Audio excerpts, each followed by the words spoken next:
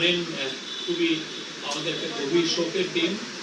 বেগম খালেদা জিয়া আজকে সকাল 6টায় ইন্তিকাল করেছেন। তো আজকে ক্যাবিনেটের স্পেশাল সভা হয় এই বিষয়ে সভাপতিত্ব করেন চিফ অ্যাডভাইজার মহোদয়। তো এই বিষয়ে আমাদের adviser law adviser professor Asif Nazrul বিস্তারিত বলবেন। আসসালামু আলাইকুম। আজকে বাংলাদেশের জন্য, বাংলাদেশের প্রতিটি মানুষের জন্য গভীর শোকের একটা দিন। আজকে বাংলাদেশের 3 বারের সাবেক প্রধানমন্ত্রী, গণতন্ত্র, সার্বভৌমত্ব এবং বাংলাদেশের মর্যাদা রক্ষায় অতন্দ্র প্রহরী, আপসী নেত্রী বেগম খালেদা জিয়া ভোর 6টার সময় শাহাদাত বরণ করেছেন। ইন্না লিল্লাহি ওয়া ইন্না ইলাইহি রাজিউন। গোটা জাতির মতো আজকে আমাদের সরকারে যারা আছেন আমরাও গভীরভাবে শোকাভিভূত। এই শোকের পরিবেশে আজকে বিশেষ আয়োজনে প্রধান উপদেষ্টার সভাপতিত্বে উপদেষ্টা পরিষদের একটা বিশেষ সভা অনুষ্ঠিত হয়েছে। সভার শুরুতে সাবেক প্রধানমন্ত্রী বেগম খালেদা জিয়ার মৃত্যুতে দাঁড়িয়ে 1 মিনিটের নীরবতা পালন করা হয় এবং তার আত্মার মাগফিরাত কামনা করে মোনাজাত করা হয়। মোনাজাত পরিচালনা করেন আমাদের ধর্মমন্ত্রী। সবাই বেগম জিয়ার মৃত্যুতে আগামীকাল থেকে 3 দিনের জন্য রাষ্ট্রীয় শোক প্রস্তাব গৃহীত হয়েছে এবং আগামীকাল সাধারণ ছুটির ঘোষণার সিদ্ধান্ত হয়েছে। সবাই বেগম জিয়ার মৃত্যুতে একটি শোক প্রস্তাব গৃহীত হয়। শোক প্রস্তাব পাঠ করেন আমাদের তথ্য ও পরিবেশ উপদেষ্টা। সবাই সিদ্ধান্ত হয় যে বাংলাদেশে যত দূতাবাস আছে পৃথিবীর বিভিন্ন প্রান্তে সেখানে শোক বই খোলা হবে। সভায় বিশেষ আমন্ত্রণে অংশ নেন বিএনপির মহাসচিব জনাব মির্জা ফখরুল ইসলাম আলমগীর। তিনি সাবেক প্রধানমন্ত্রী বেগম খালেদা জিয়ার পক্ষ থেকে, খালেদা জিয়ার পরিবার, বেগম এবং দলের পক্ষ থেকে অন্তর্বর্তীকালের প্রতি কৃতজ্ঞতা প্রকাশ করেন এবং বেগম জিয়ার নিরাপত্তা সহ সকল ক্ষেত্রে প্রয়োজনীয় সহযোগিতা প্রদান করার জন্য ধন্যবাদ জানান। মির্জা ফখরুল ইসলাম আলমগীর সাহেব আমাদের সভাকে অবহিত করেন যে আগামীকাল বুধবার 5 জোহর জাতীয় সংসদের দক্ষিণ প্লাজা এবং এর সংলগ্ন মানিক মিয়া এভিনিউতে বেগম খালেদা জিয়ার জানাজা অনুষ্ঠিত হবে। জানাজার পর তাকে শহীদ রাষ্ট্রপতি, বীর মুক্তিযোদ্ধা রাষ্ট্রপতি জিয়াউর রহমানের পাশে দাফন করা হবে। দাফন করা হবে শহীদ রাষ্ট্রপতি জিয়াউর রহমানের পাশে। আজকে সবাই বেগম জিয়ার দাফন এবং জানাজা সম্পর্কিত বিষয়ে সরকার সব ধরনের সহযোগিতা প্রদান করবে বলে জানিয়েছেন মাননীয় প্রধান উপদেষ্টা। মাননীয় প্রধান উপদেষ্টা ডক্টর মোহাম্মদ ইউনূস সভায় বেগম জিয়ার বিষয়ে বিভিন্ন স্মৃতিচারণ করেন।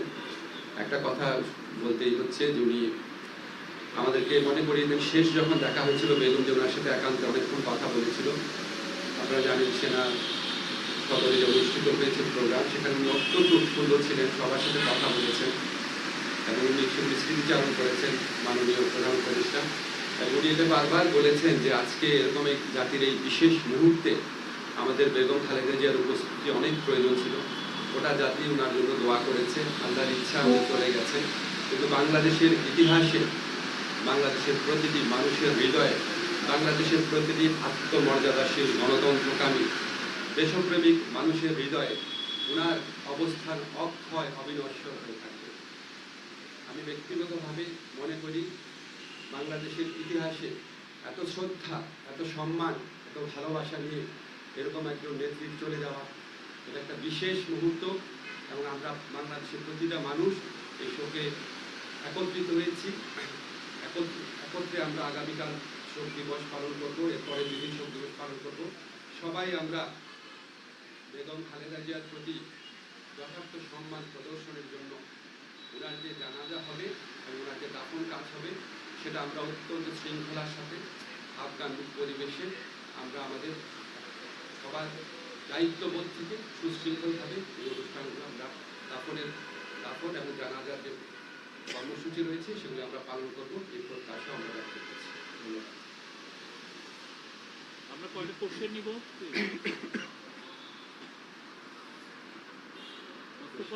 বললে আমার প্রশ্নটা হচ্ছে যে আপনি বললেন সকাল থেকে আরো বলা হয়েছে মিটিংগুলিতে আপনারা জানাবেন সরকার এবং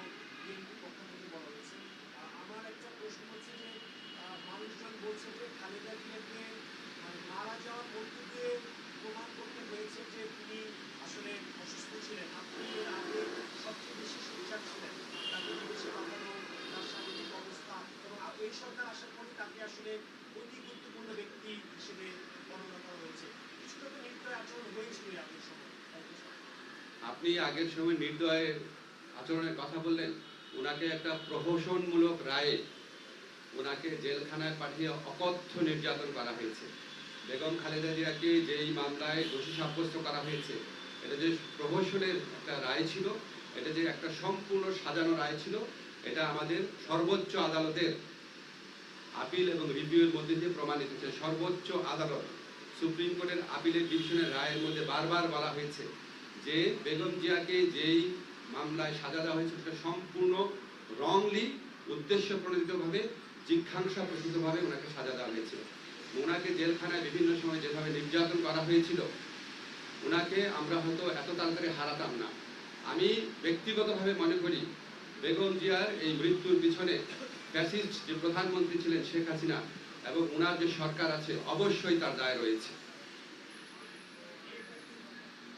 মারুফা,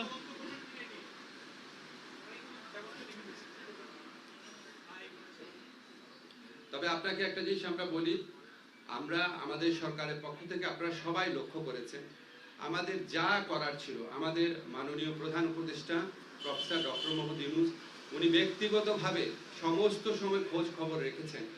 যা দরকার ছিল, ওনার যদি আবার বিদেশে পাঠানোর মতো অবস্থা থাকতো, অবশ্যই আমাদের সরকারের পক্ষ থেকে সর্বাত্মক সহযোগিতা করা হতো। উনি ব্যক্তিগতভাবে এই জিনিসগুলোর খোঁজ খবর নিয়েছেন। আমাদের দুর্ভাগ্য, আমরা হয়তো বেগম খালেদা জিয়াকে বছর খানেক বা বছর দুয়েক আগে যদি আমরা হয়তো পেতাম, হয়তো আমাদের পক্ষে কিছু একটা করা সম্ভব ছিল। আল্লাহর ইচ্ছা উনি চলে গেছে। তবে আমাদের জন্য সবচেয়ে বড় আনন্দের ব্যাপার হচ্ছে উনিও সারা দেশের মানুষের সম্মান, শ্রদ্ধা এবং ভালোবাসা নিয়ে বিদায় নিয়েছেন।